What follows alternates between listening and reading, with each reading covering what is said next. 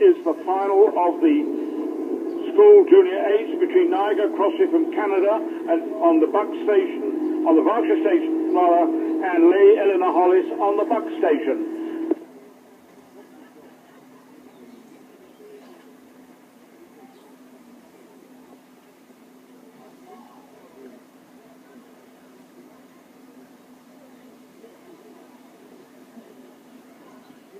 Off the start, the Canadians went off at 44, Lady Eleanor Hollis at 42, and as we get to the top of the island, Niagara Crossley have taken a small lead over Lady Eleanor Hollis.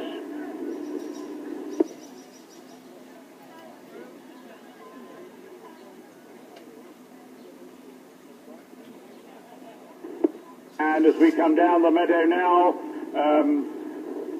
the Canadians have settled in at about 38. Lady Eleanor Hollis slightly less. And I've just been informed that the crews are level as we come up the meadow now. Still very little in this.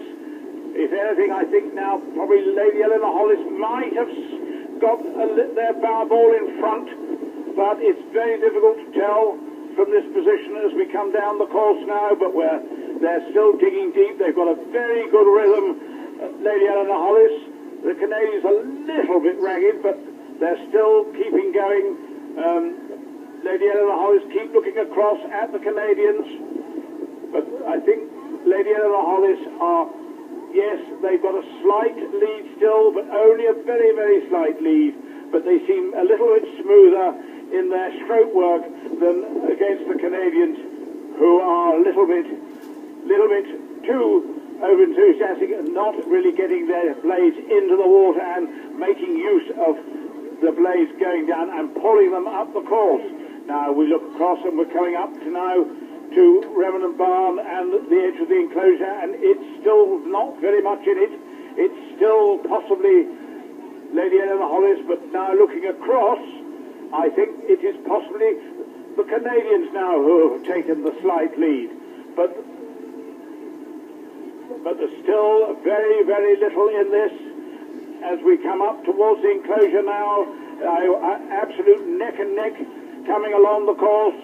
Lady Eleanor Hollis still looking across, but I think the Canadians have taken a slight advantage of they're now, I would say, about a quarter of a length up on Lady Eleanor Hollis as we go up towards the boating area. Lady Eleanor Hollis slightly wandering across the course, but they're not necessarily being warned by the umpire.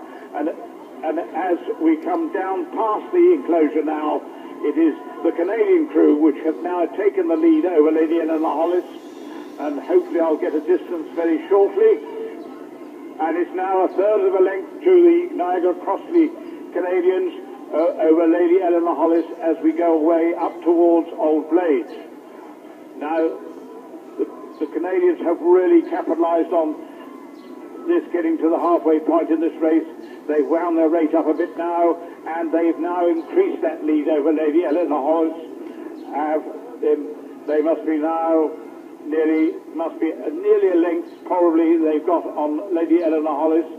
Lady Eleanor Hollis seems to be tiring very slightly, but still digging deep, still trying to keep up with Niagara Crossley. And as we continue now up towards Upper Thames,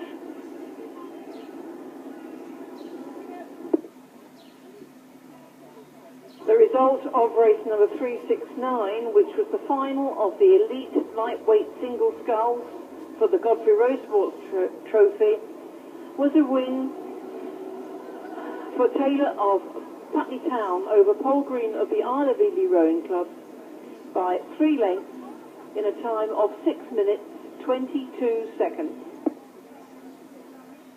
And back in this school's junior final, Niagara Crossley from Canada have now maintaining that length lead over Lady Eleanor Hollis, and there's a lot of enthusiasm from the bank. Lady Eleanor Hollis, though, are still trying to keep in touch with the Canadians, but the Canadians really now have got a good length, I would say, as we head down past Upper Thames, coming up towards the finish now.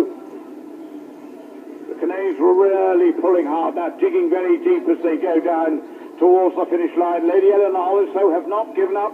They're still trying to get back on terms, but I think regrettably they're going to run out of course. And as we come up now to the line, it's going to be Niagara Crossley for the winners.